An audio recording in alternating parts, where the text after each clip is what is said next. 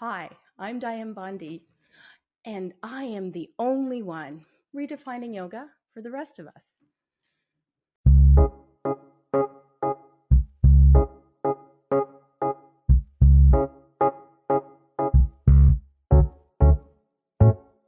All right. So I am Laura Cathcart-Robbins, and this is the only one in the room, but I am never the only one in this room because, as usual, my boyfriend, producer, and co host, Scott Slaughter, who I call Hun, is here as well. Hi, honey. Hey, Hun.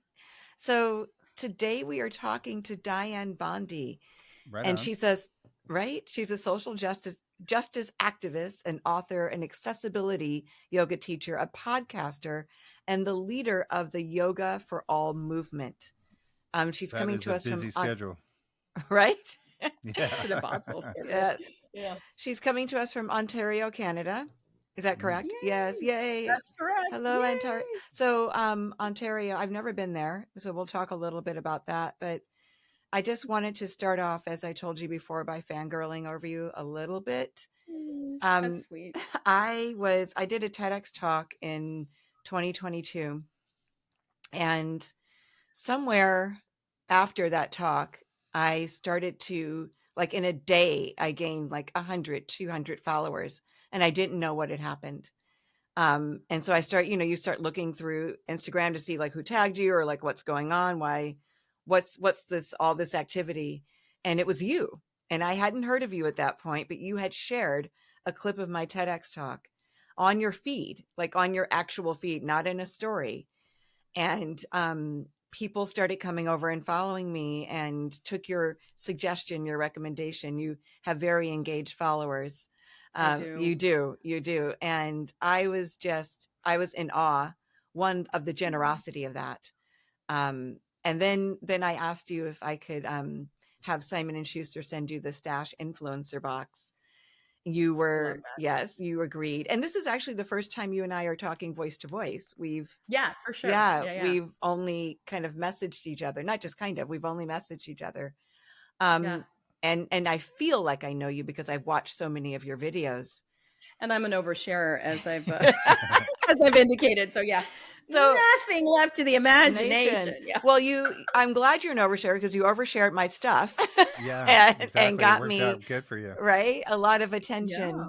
But I just really wanted to thank you for that generosity. And Of course, my pleasure. you are an activist for so many different things. Body type is one of them. You're a social Mhm. justice activist. You talk about colorism and racism and accessibility in your posts, and you really walk the talk.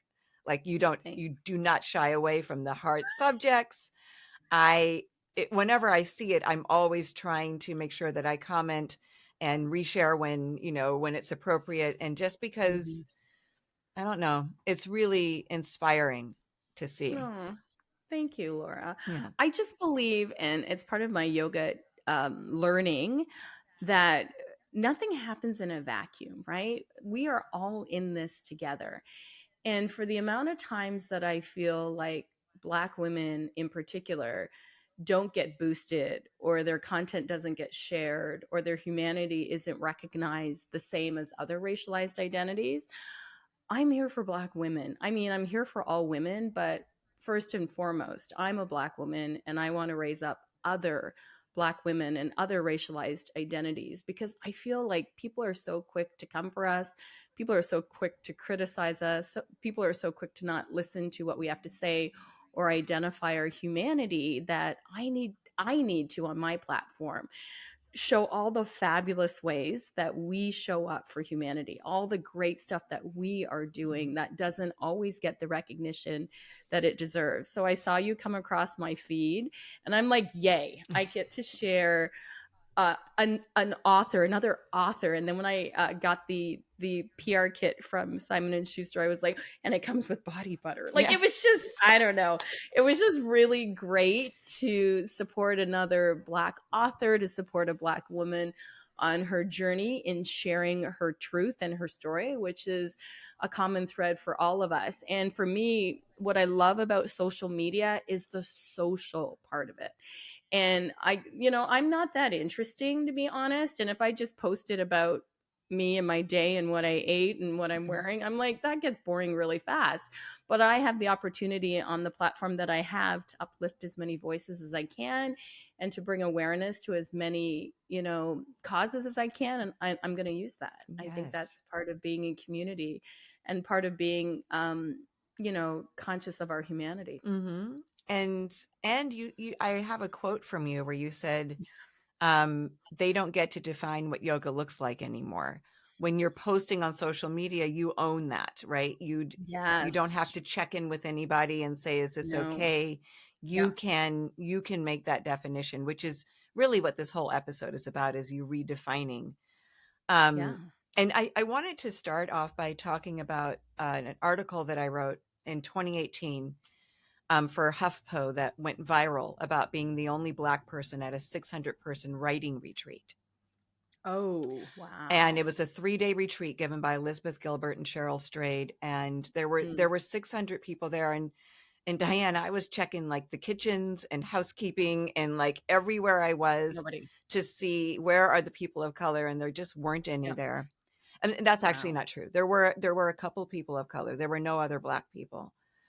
And Mm, so I wrote yeah. about it when I got home. And one of the reasons this podcast exists is because the responses to the article were Mm, from everyone. I thought they would just be from yeah. Black people.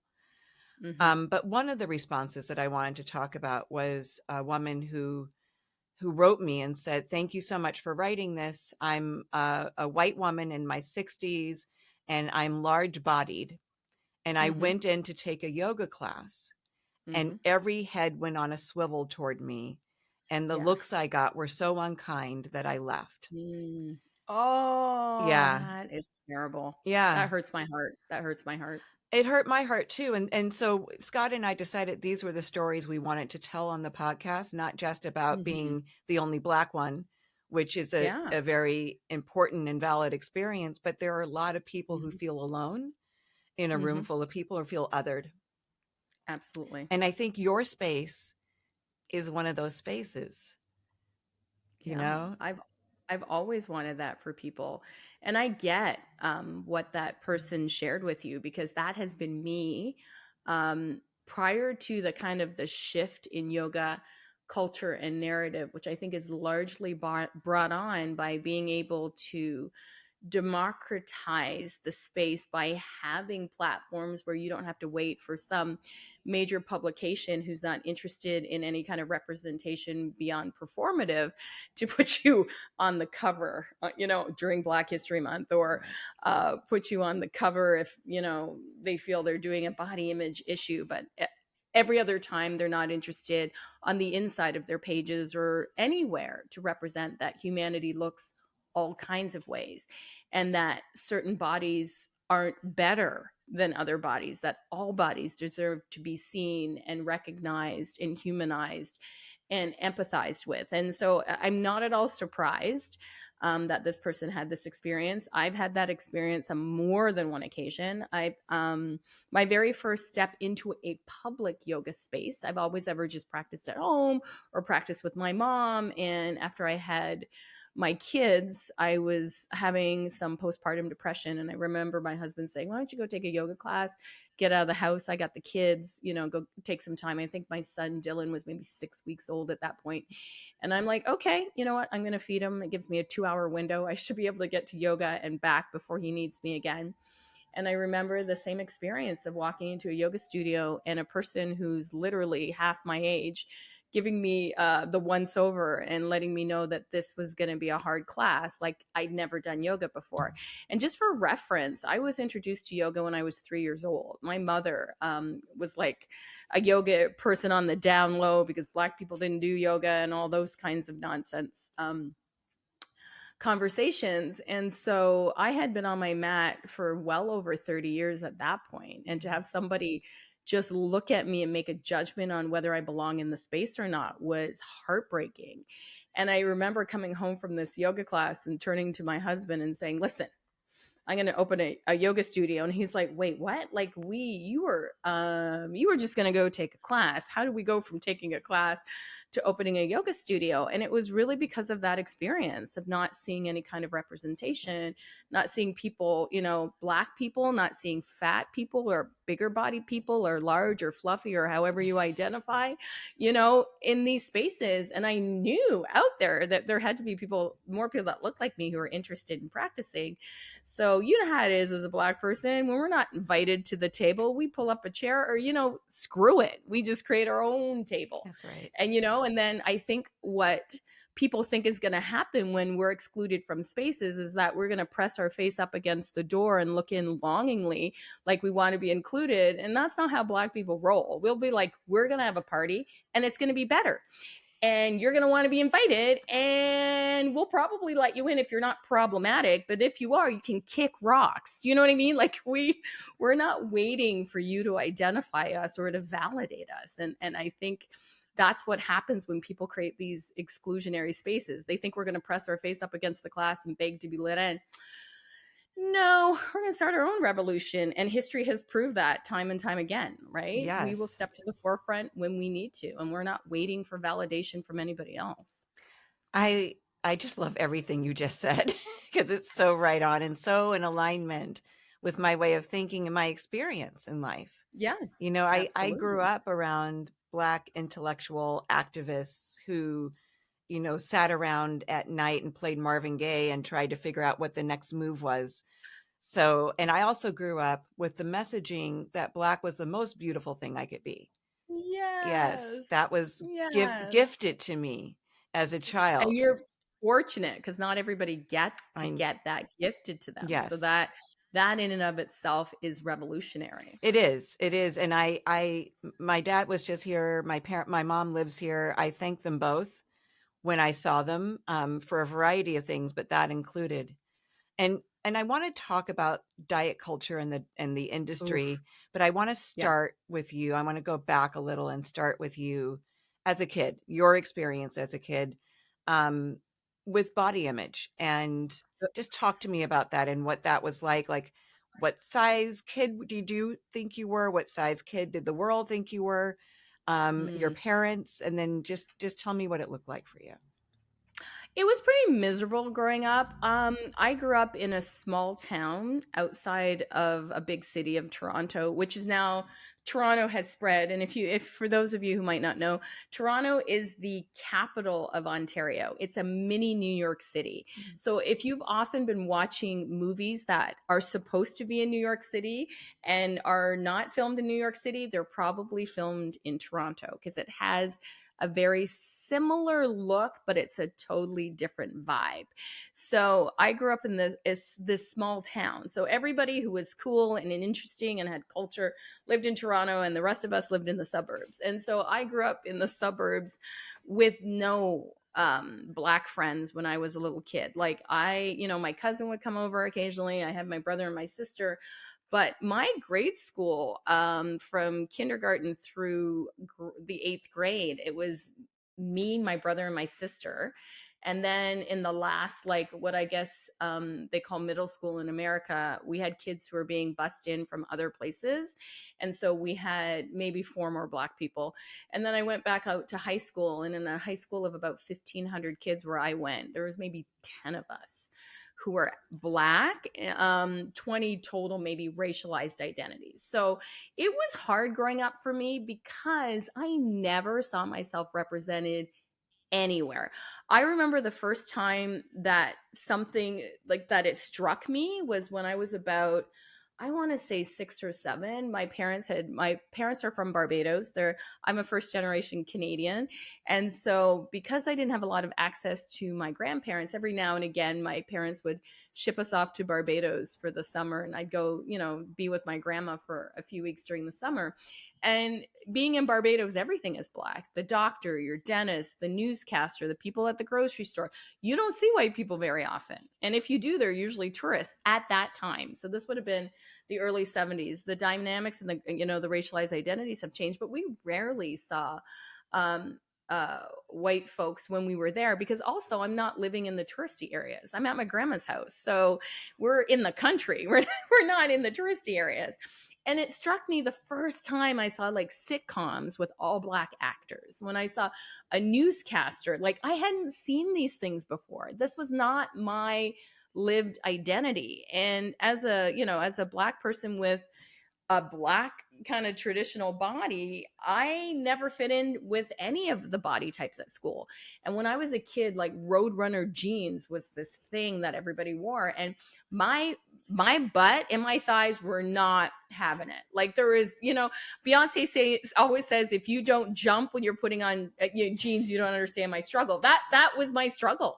These were clothes that never fit me, and so it was always a struggle to try and look cute in, at that time was a regular sized body, but was considered a plus size body because I had big thighs, big butt, and then, puberty hit and big boobs. And it was just an ongoing nightmare to find acceptance with my body because nobody who was around me looked like me. So I didn't see that representation.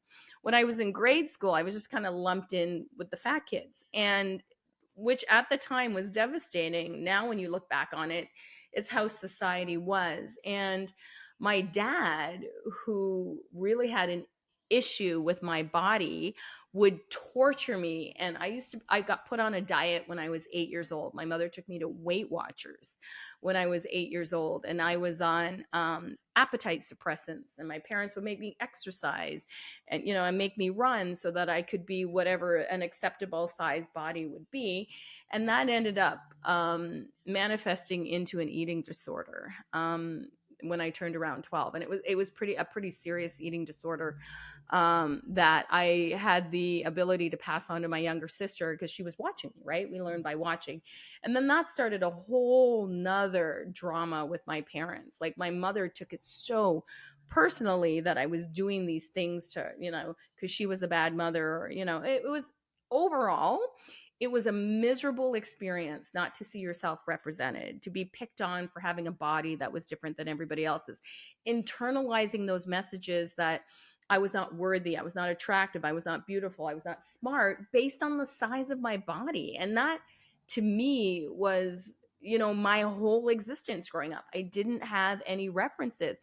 When I saw plus sized or fat people on TV when I was a kid, the only representation as a black person that I saw was like Nell Carter from Gimme a Break. And you know how fat phobic that show was, right? That was like my only point of reference at that point. And So I just, wait, sorry. yeah. For people who aren't familiar with Gimme a Break, you just brought up a whole Oh, flood of yes. memories for me. Talk to me about the fat phobicness of it. Well, Give Me a Break it's really, you can tell it's a show written by white people for white people but we've thrown a black character in there because we are going to be controversial or whatever it is they were thinking about at the time. It was a show that was on, I want to say in the mid to late 70s, maybe early 80s, where a black woman who pretty much portrays a mammy character, like from Gone with the Wind, shows up to take care of two white children as a favor to her best friend. So she shows up, her best friend passes away, she moves in to look after her children, and in essence becomes the mother figure, the housekeeper, and all that stuff.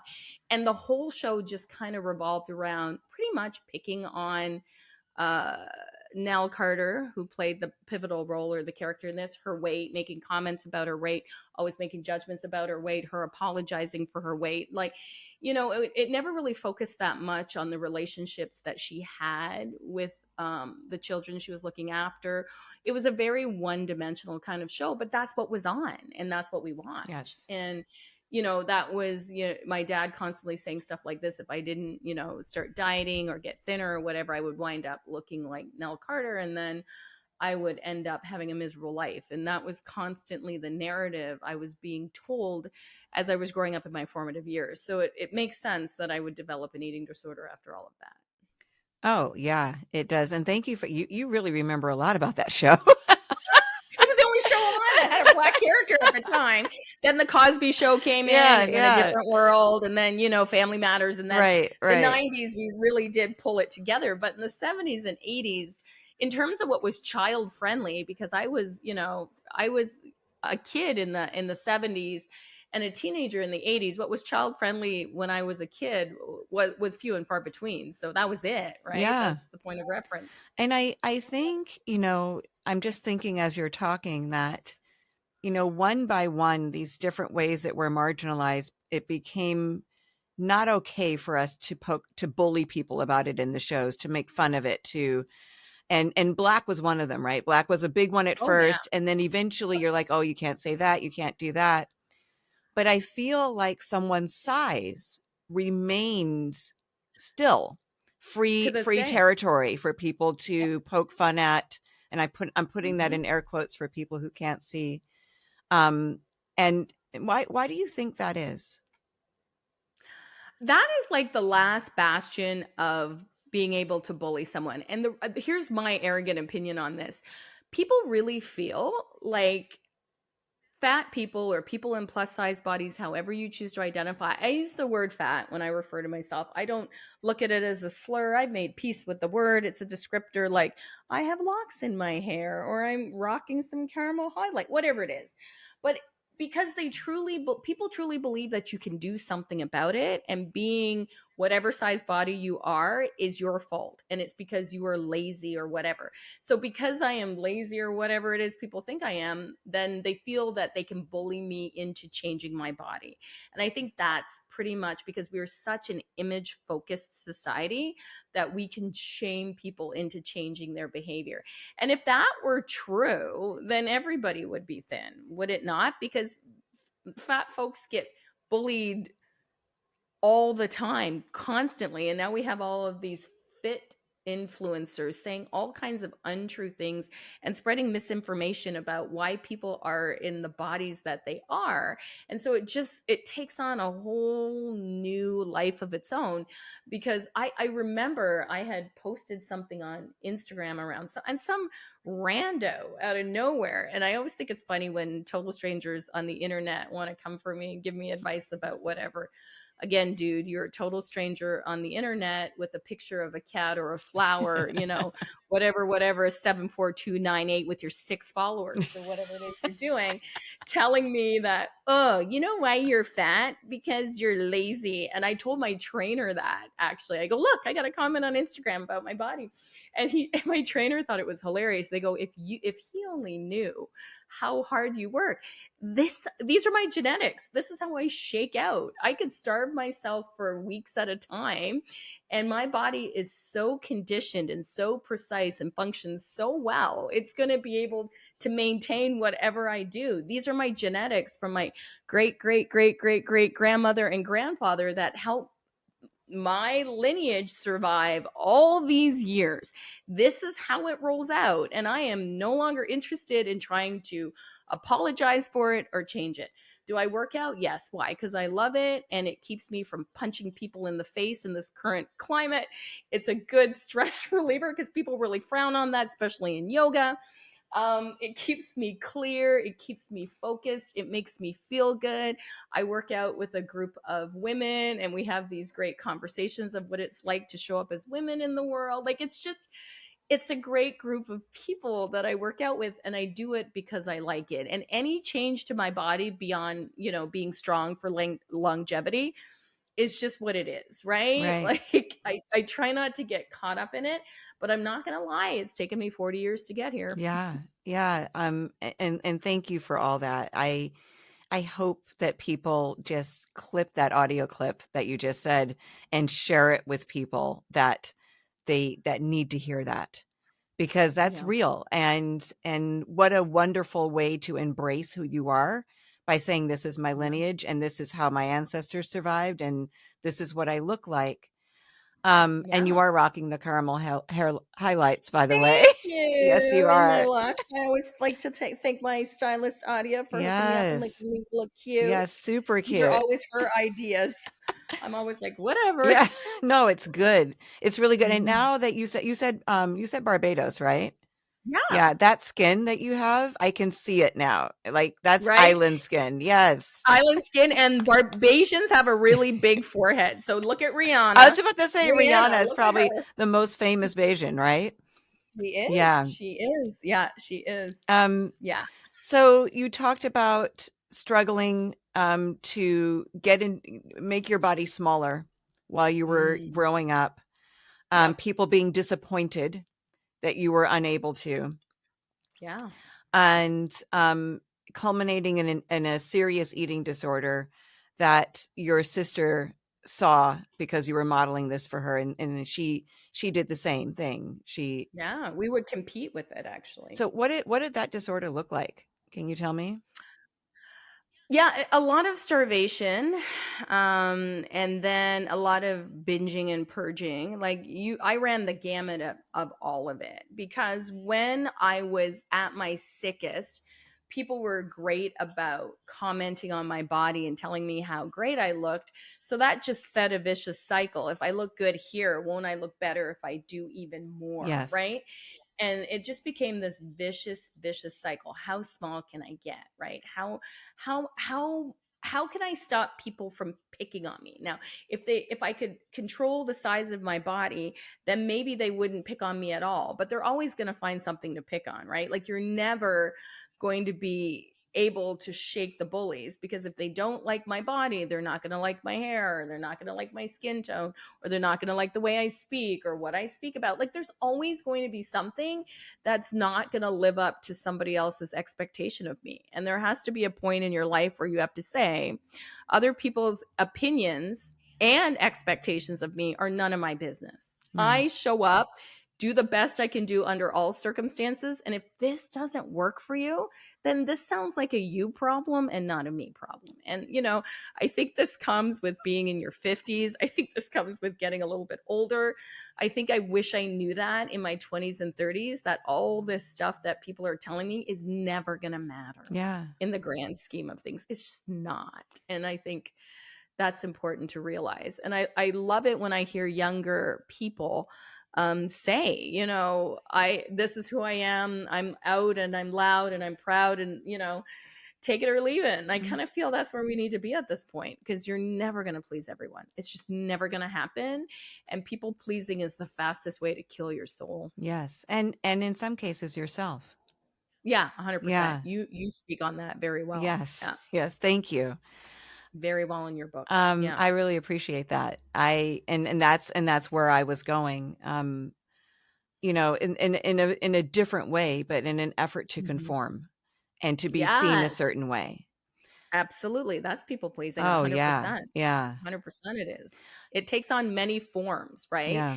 And it's so ingrained and trained into our psyche that sometimes we don't even know that we're doing it. I was talking to my it's called Weights and Smiles, or Working Out. I don't know. My trainer named this group something or other. And so we were all meeting together, and one of the women in our group couldn't come. And I noticed my people pleasing was like, well, I could go over there and pick her up and bring her here. So she, I want to help, but I mean, it is so out of my way. Like, it's so, like, she could take an Uber if she really wanted to come. But my people pleasing is like, we all missed her. I can go get her. Right. I can save the day. And I'm like, no, no, no, no, no, no, no, no. Yes. Like, if she really wants to be here, she'll find a way. It's hard. It's really hard because it, Yeah. it, it gets conflated with not integrity, but like altruism, like doing the right thing. And Yes. so they can feel one and the same, but you're absolutely right, which is why I have drawn all these boundaries in my life. Which I think is important. And I think as a Black woman, we're taught not Mm, to have boundaries. yeah. And the minute that we get boundaries, the world is really pissed at us for having boundaries. So Yes. you can't win in these situations. You are simultaneously the shield and the target all the time. And Right. it's kind of a hard thing to navigate. So I think it when you were trying to get pregnant, your doctor said to you that you cannot continue this way of living. Tell me that Yeah. story. Well, I was pretty caught up in my nurturing my eating disorder up until I got pregnant. So it took me a full year to get pregnant, because my doctor kept saying, you need to gain 10 pounds. Like your body, you're just working out so much. You're doing so many things. And now you're asking your body to do this other thing. And it doesn't have the capacity to do that because you're wearing it down doing all these other things. And so, I wanted a baby. I wanted that really bad, and I relented. And the whole time that I was, trying to get pregnant, I would ask anybody in the fitness industry who would listen to me, do you think I'm going to be able to get back to this size once I have a baby? Oh, Do you think, yeah. I just remember I went to eating disorder treatment before I got pregnant. And I remember saying to my therapist, like, I'm going to gain all this weight getting pregnant. And she says, but you're gaining weight for this incredible reason. Like, why? And I just could not see it. And I gotta say that my oldest son, Nathan, is the reason that I gave up my eating disorder. And it's not unusual for people who become pregnant who have an eating disorder to suspend that behavior while they're pregnant and then to pick up that behavior after, because there's this huge push to bounce back, to get your body back. And I put that in air quotes because your body didn't leave. It just did an incredible thing that you asked it to do. And so could you maybe cut it some slack? But a lot of that comes from what we see on media. We see these really famous people have babies, and then 3 weeks later, they look like they didn't have a baby. And that expectation is just kind of lobbed on the rest of us. Like, we don't talk about the fact that these people's jobs are to look a certain way, that they're being paid to look a certain way, that they have surgeons and personal trainers and chefs and a nanny and all these things that, and wealth, because anybody can be a certain way if they're rich enough. You know what I mean? Let's not leave that out of the equation. When people always look at someone like, let's name names. So when people look at somebody like Martha Stewart, and she's the same age as my mother. Martha Stewart, my mother's turning 82 this year. And Martha Stewart has the audacity to get on the cover of Sports Illustrated and say she's never had surgery. Girl, you're lying. You know you had a facelift. What 82-year-old woman looks like that? Yes, she's rich. Yes, she's a billionaire, which means she can have a facelift that looks really good because she can hire the best people. She has the best skincare routine. She has like laser treatments on her face. Like, come on. Yes. You've had work done. Yes. Just own it. You're rich. It's okay. Yeah. It's Jane Fonda. Right. She owned it. She owns it. She absolutely owns it. She looks great. Mm-hmm. If you can afford it and you want it, I'm here for you. Yeah. I'm not judging you for having it. Go ahead and but just don't lie. Like, just be honest. It's okay. You're rich. You got money. You got plastic surgery. Great. So now the rest of us don't need to feel bad about aging in a way that everybody ages. Exactly. You know what I mean? Well, and I'm also thinking about the woman who competed for Miss Universe recently, who had her 8th child and 2 weeks later was in the swimsuit competition. My point exactly. Your point exactly. How is that even possible? Well, I don't know how it's possible for her. I don't know what magic was worked, but maybe it's just her genetic default and she goes back down to 0. But the idea that it's out there as a model, as a possibility, or for everybody is the harmful thing, I believe. Yeah. 100%. Yeah. And this 100%. Is again why I love your Instagram, because not only are you on there, you're also you do weights as well. I thought you just did yoga, then I saw you in the gym. I do everything. You do everything. I do everything. But you show other people, yeah, all different sizes, races, abilities, people in there also doing their best work, being active. Most of them are smiling, so it looks like they're enjoying. We're having a good time. Yeah, we're having a good time. Sometimes we're not when we're doing that last set, best set nonsense. Yes. That's what my kid always says. There's moments where I'm like, you know what, this isn't it. Yeah. But I mean, I am doing movement practices to bring joy. I am not about trying to outrun a diet or any of that diet culture nonsense. I'm in there because it makes me feel good. I like the social aspect of it. I really love my trainer. Like, it's a good time. And I tell people, because we just had a new year and everybody's back at the gym with their new year, new me bullshit. Sorry, do we swear Oh on this yeah, podcast? yeah, Okay, okay. And I tell people, if the gym wasn't your thing, restarting the gym every January ain't gonna be your thing. Come end of February, you've signed up for a year, commitment. For now, you got to yeah. pay for the year. Find something you love and just do that. So I say that all the time. I hear pickleball is a thing that people love. Go out and do that. Ride your bike, right? Go to a dance class. You don't got to be at the gym. It's not for everybody, right? No, But it's not, but it's like for me, yeah, I'm in the gym twice a week, and then I ride my bike 3 times a week, and my perfect. that's that's how I feel best, is by Yeah, doing that work. You know, yeah. I used to say, because I've been in recovery for almost 16 years from drugs and alcohol, and I used to say if there was a pill that Mm, would make me never want to use or drink again, I would probably take hmm. it and not do all the work I do to support my recovery. I used to Yeah, say that. gotcha. I don't know if Yeah. it's true, but this is what I used to say. Do you ever, because there is Ozempic now and other things like it. Do you ever think, ah, there's an easier way? I might as well do that. Mm. Or do you have people around you that have chosen that way? I have people who are around me who've chosen that way. And um, I have my body weight fluctuates because I ended up getting a hyperactive thyroid, maybe about 5 or 6 years ago, that I was dramatically losing weight, and everybody Mhm. was telling me how great I looked. Meanwhile, I had a serious undiagnosed disease that came pretty close to killing me, Mm. but everybody was so happy. And I got caught up a little bit in the nonsense as well, because your eating disorder never really goes away. She's always here on my shoulder saying things like, should you be eating that? And I always say to her, yes, I should be eating that. You need to shut up. So that's my yoga, right? That's my yoga speaking. Who you think you're talking to? And my weight tends to fluctuate. And I had somebody the other day ask me if I was doing Ozempic, and I said, you know what, I don't fault anybody who wants to do that. If that's what works for you, and if this, like when Oprah came out and was saying how she was doing Ozempic after not saying anything for so long and all of that stuff, people felt really betrayed. Listen, you know what, if it makes her happy, whatever. I For me personally, I don't think there's a magic pill that can solve anything. Because if you go on Ozempic and you lose all the weight, you're going to find out it was never the weight in the first place that made you unhappy. It's going to be something else. And are you prepared to take that drug for the rest of your life? Because research indicates the moment you go off Ozempic, you're going to, like every other diet, 98% of every other diet, you're going to gain that weight back. So there really isn't a magic pill. And I also feel bad that Ozempic and Wegovy and all those, whatever they're named, Mhm.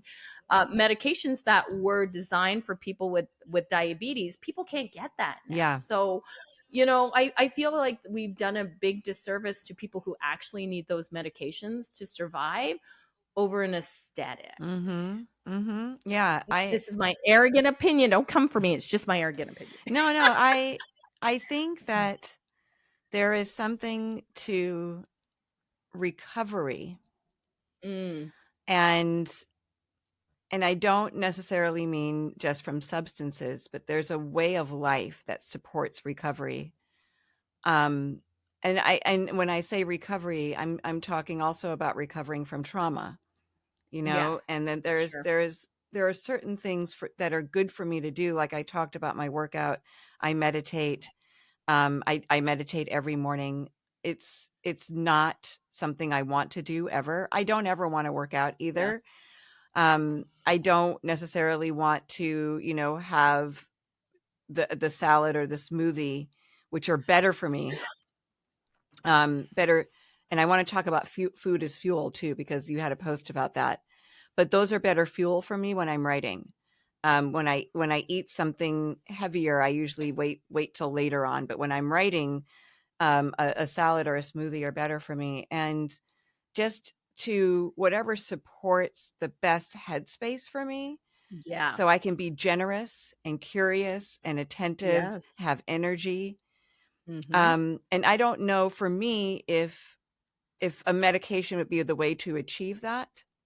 Mhm. no shade, like you said, on anybody who takes it, but for me personally, I think that Hmm. for me to support my recovery, these are the things that I need to do, whether or not I want to do them.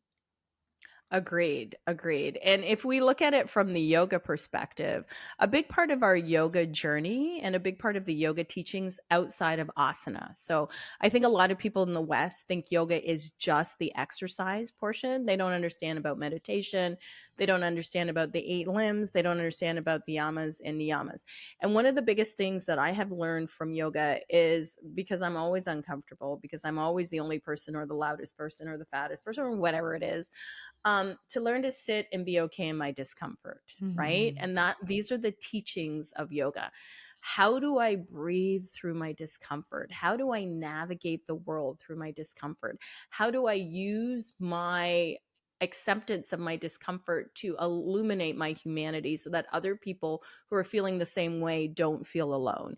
And those are the practices that fuel me. And I don't necessarily think, for me personally, and, never say never. Who knows 10 years from now how I feel about this? People change their minds all the time. Taking a pill in hopes that I'm going to fit in an aesthetic or an ideal doesn't work for me. I don't have high blood pressure. I'm not in danger of becoming diabetic. I am ridiculously active. I'm on Strava. Have you ever heard that Strava Yes, app, Scotty's that on Strava. activity app? Yeah. Yeah. So at the end of the year last year, Strava sent me, congratulations, you are in the top 1% of people on Strava in terms of working out. Okay. So for Wow. people who think I'm fat because I'm lazy, according to Strava, who has some ridiculous millions of people use that thing, I landed in the top 1%.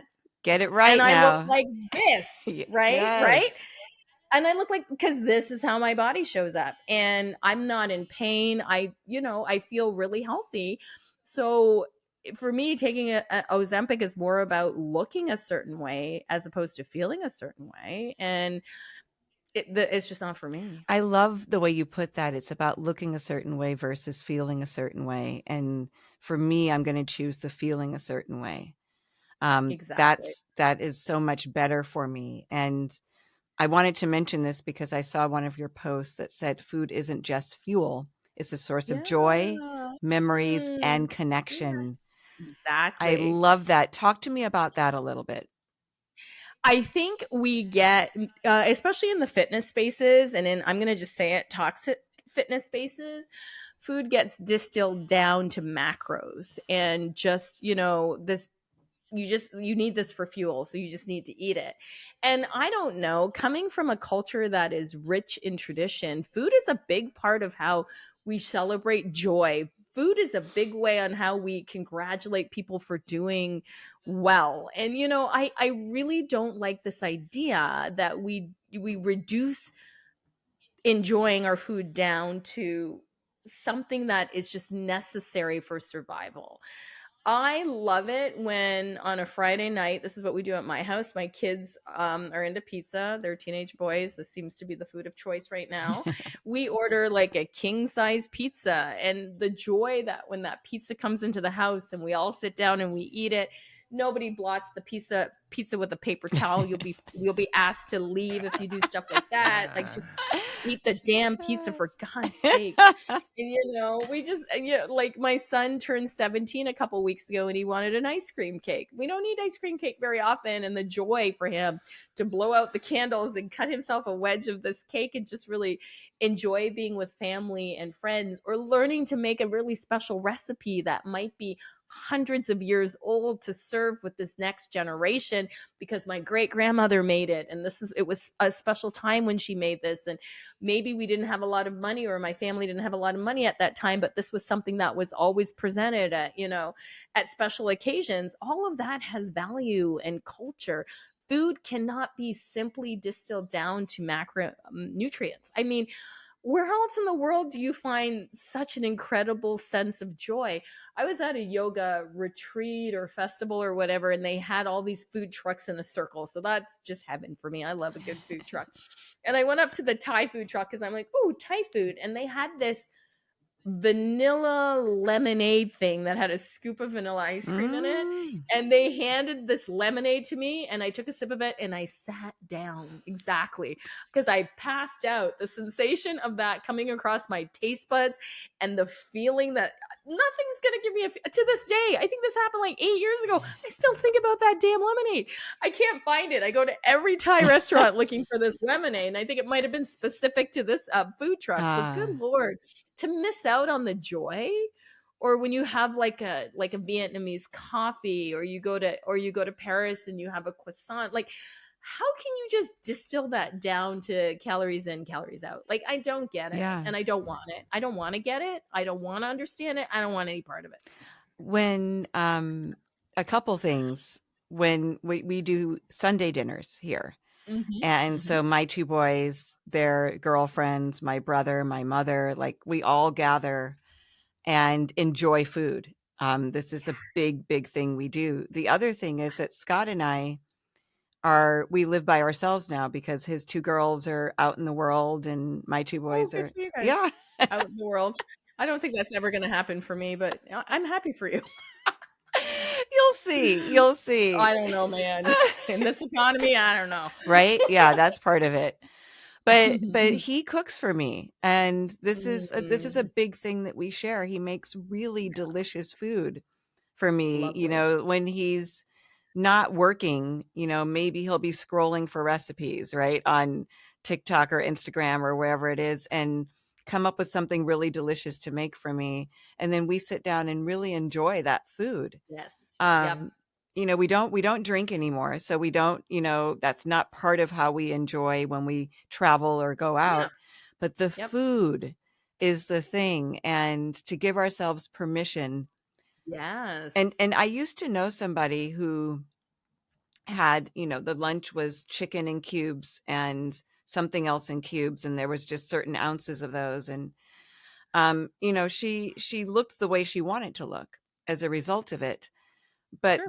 it was strictly fuel for her. It was, Yeah. just something to get through. So I just love the idea that you're embracing, you are, Yeah. not a yoga, and you're not just a yoga instructor, you're like a yoga revolutionist. And and Thanks. yes, and I'll take that. you're modeling this also, Mhm. right? This is Mhm. part of it. um, you mentioned retreats, and I Yeah. wanted to talk about your retreats before we Mhm. close because they look Yeah. incredible. Um, but I Yeah. also wanted to just you had something that you posted recently, I think, and correct me if it's not Mhm. recently, but about how one of your retreats wasn't going to happen. Yeah. And Yep. Yep. I know that your retreats are really well attended and people really look forward to them, Mhm. and they're all in these gorgeous places. They are. Yeah, Yeah. but I wanted to Yeah. just talk about the transparency, Yep. of because there's transparency versus honesty, right? And I Mhm. think Mhm. we, on social media, we feel like honest maybe gets us more likes or whatever, but being transparent, Yeah. you know what I mean, though? Like Yeah, if I 100%. throw my Yeah. guts on the floor, I'm probably going to get more likes and A follows. lot of views Yes, and view yes. absolutely. People love that, trauma I call it trauma porn a little It bit, is, that people yeah. just like, right? Like to see you like in some either identify with the suffering or feel some kind of way about you, and Yes. now you fell down, so now they're taking a little Yes. glee in your downfall, or that, it's any, and I'm like, to each their own. I mean, Mhm. if you are happy because I'm hurt, this is a you problem. These are things you need to figure out in your life. Yeah, it hurts. I've had two events this year in the last year that haven't flown. And it's okay, right? I've had so many successes, so many opportunities, right? And I just like to be transparent to let people know, even me, if it happens to even anybody, that you can't quite get enough people to join you in Sicily, because I had planned to eat my way through Sicily. Made a few plans around some chocolate and some pizza and Yes. some gelato. I had some thoughts on that. I mean, that will happen. I will do it in another way. But Yeah, I think just being honest, not everything flies. And the my intentional well-being conference that didn't run, it was supposed to run in October, gave me a real kick in the face, for lack of a better term, where I went into this kind of spiral where I'm like, I'm not worthy, the work I'm doing isn't important, I'm such a failure, and I did all of that, boo-hooing, only to realize that things are cyclical, right? Like sometimes things are great and sometimes things are not great. Sometimes you sell out venues, other times you don't, and it just is what it is. Yeah. And if the opportunity arises again and I decide that's something I want to do, I might try it or I might not. Or maybe this is, to go a little woo woo out there, maybe this is just a redirection. This is not what you're supposed to be doing in this moment at this time. I have something else. And my mother says this my whole life, and she's been absolutely correct in every situation when it comes to this. If something is for you, you'll get it. Mm-hmm. Like if something is for you and if it's not for you and it doesn't work out, it means that something better is out there. And I would always go, magical thinking, Monica. I'm not really sure that that's what that is. But at least not putting the energy on the fact that this didn't go and what's wrong with me and how come I can't do this, thinking, okay, maybe it's time for me to pivot. Maybe this isn't what people need right now, and maybe I need to pivot in a different direction, and that's okay too. But I just think having transparency and just being really honest about things like this helps people realize that when your event doesn't fly, it is what it is. I Yeah. mean, I know. I just really admired that. And because I have had events as well that are difficult to populate, yeah, and it feels like a reflection on me. And I yeah, just have to, be okay with whatever it is. And yeah, it may not be, or it may yeah. not be, but I think somebody that has an audience the way you do, mine is much, much, much smaller. So you have a large audience and a lot of people who follow you and admire Hmm. you. And so to see that even you, Yeah, with everything that you have going for you, that there's people have, economic troubles, or, they can't get well, away, or whatever it timing. is, timing. Yeah, Exactly. timing. Um, And I mean, this economy is a little Ooh, scary, right, yeah. for a lot of folks. Yes. So, I get that people don't have this kind of disposable income at this point in time. Yeah, And I get that, right? totally. Yeah. Last thing I will ask you, is because you just mentioned your mother. Yeah. How has she viewed your journey? I know you can't speak for her, but what have you Yeah. felt from her, since you have decided to embrace the size that you are? My mom is old school and will be on a diet until she dies, right? So for a while there, she was doing some kind of keto nonsense and trying to share with me the benefits of that. And I said to her, do you remember when you were doing the Scarsdale diet in the 70s? That's all this is. I said, it's just a reimagining of this because Scarsdale became like keto, which was something else in between. It's all garbage. I think she would like me to constantly be dieting because that is how she's been trained. That is how my mother-in-law is exactly the same way. My mother-in-law is 87 and still dieting. And I just think it's a sad reflection on how well we are trained and coerced by society into obeying a standard of beauty that never existed for anyone at any time. It's just Hmm. garbage. It's just control. And so I think when I show her and we show my kids that you just eat and live and enjoy, all she can do is observe. But I think she would constantly like me, like her, to share in her diet culture, and I can't. Wow. I can't Yeah. do it. I'm a little surprised because I think, I've only known you this way. I mean, Yeah. and like Right. we said, this is our first time actually talking, but I feel like I know you because of how it I overshare on Instagram. Did we mention that? we No, I'm did. just kidding. But I just, I don't follow that many people closely, and I follow you, Mhm. and I can't help but have anything but admiration for you, Oh, and thanks. and feeling, really inspired by how you lift other people up, and model this. So I don't know. I thought perhaps that she would have gotten to the point where she's like, yeah, forget diets. Like, Oh, no, No. I wish. Listen, I wish I could get her to stop dieting because you've been dieting all this time and nothing has changed. Like, honestly, can you not see it's just not working Right. after 60 years? Like, why? But, it's all that she Yeah.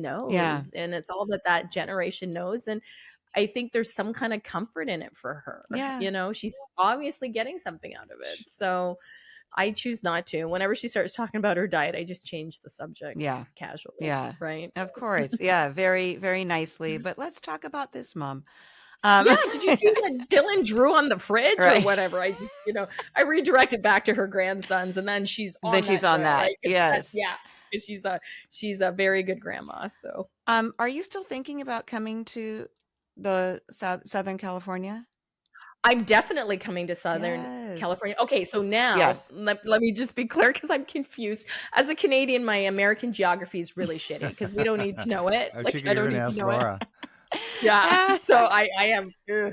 So I'm planning a trip to Napa. Is that considered Southern California? It is not. It's Northern Oh, California, see? but it See? but it is California. When It's when is that? When's Okay. that retreat? So my Sicily retreat was supposed to happen May 25th through June 1st. And my girlfriends who were coming with me to Sicily were like, I booked the time off work and we need to go somewhere. And so we were like, do we want to go to Greece? Do we want to just do a girls trip? And I said, oh, my one girl said, I've been dying to go to Napa Valley. I go, great. So I put my team on it and they found a retreat place to go to in Napa Valley. So we're coming to Napa Valley. So Mm, we might like take a little detour and come see you in Southern California and then we can come and eat and then we can take a little, I don't know, a plane. I don't know how far it is. Yeah, Again, I it's know it's a big state. I don't know. it's a Yeah. big state. It's a It's a nation giant. state. Yeah, it's giant, Yeah. but it is like an hour flight Yeah. from there to here. And Napa is actually not too unlike Sicily in landscape. It's probably See? one of the places that's closest to it in the United States. So And I think that's why they wanted. I don't drink, so I'm not a person who partakes. I'm just going to go and eat the food yes. and do the spa treatments. And people are free to do whatever they want. But yeah, I wasn't going to Italy to do wine. I was going to Italy to To eat. eat. Yes. Well, and that's what we To did. Sicily. We were Yeah. there a couple years ago, and man, I mean, I've never eaten that much and been ready to eat the next I day. know. I was so excited to eat everything I saw, but Yeah. so now I'm just gonna have to eat whatever is available Yeah. in Napa because that was kind of a similar kind of Yeah. retreat, so that people could have their wine experience, which is what I think a lot of people were maybe coming for. Right. And so that's our plan. We're just gonna redirect, and so I'm gonna throw it up on my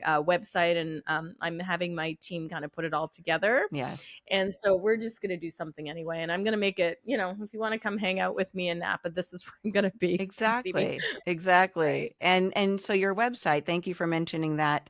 Where Um, can people find that website? How do they get to it? It's really easy. It's Dianne, two N's, because I'm extra like that. My Yes. mother knew. My mother knew. Bondy, Bondy, yoga.com. And everything you need to know about me is there. And you can catch me on socials, all of my socials. I'm Dianne Bondy Yoga Official. So, yeah, you can check me out there. I tend to be most active on Instagram and quite now TikTok. I'm kind of old for the TikTok space in that I'm not being ageist. In that I can't keep up with the trends. You know what I mean? Like I'm like, oh Lord, what trend am I doing now? Right. Right? Like Yes. I have to ask my teenagers. I'm like, come over here. Is this cringe? Like, can I? Oh no, you can do it. Can I wear this on TikTok? Like I'm out of my element. That's all Right. I'm gonna say. That's so funny. But we do need our young people. Listen, I knew my kids were gonna be smarter than me. I just didn't figure they'd be 5 or 6 when they were smart. Right. Yeah, right.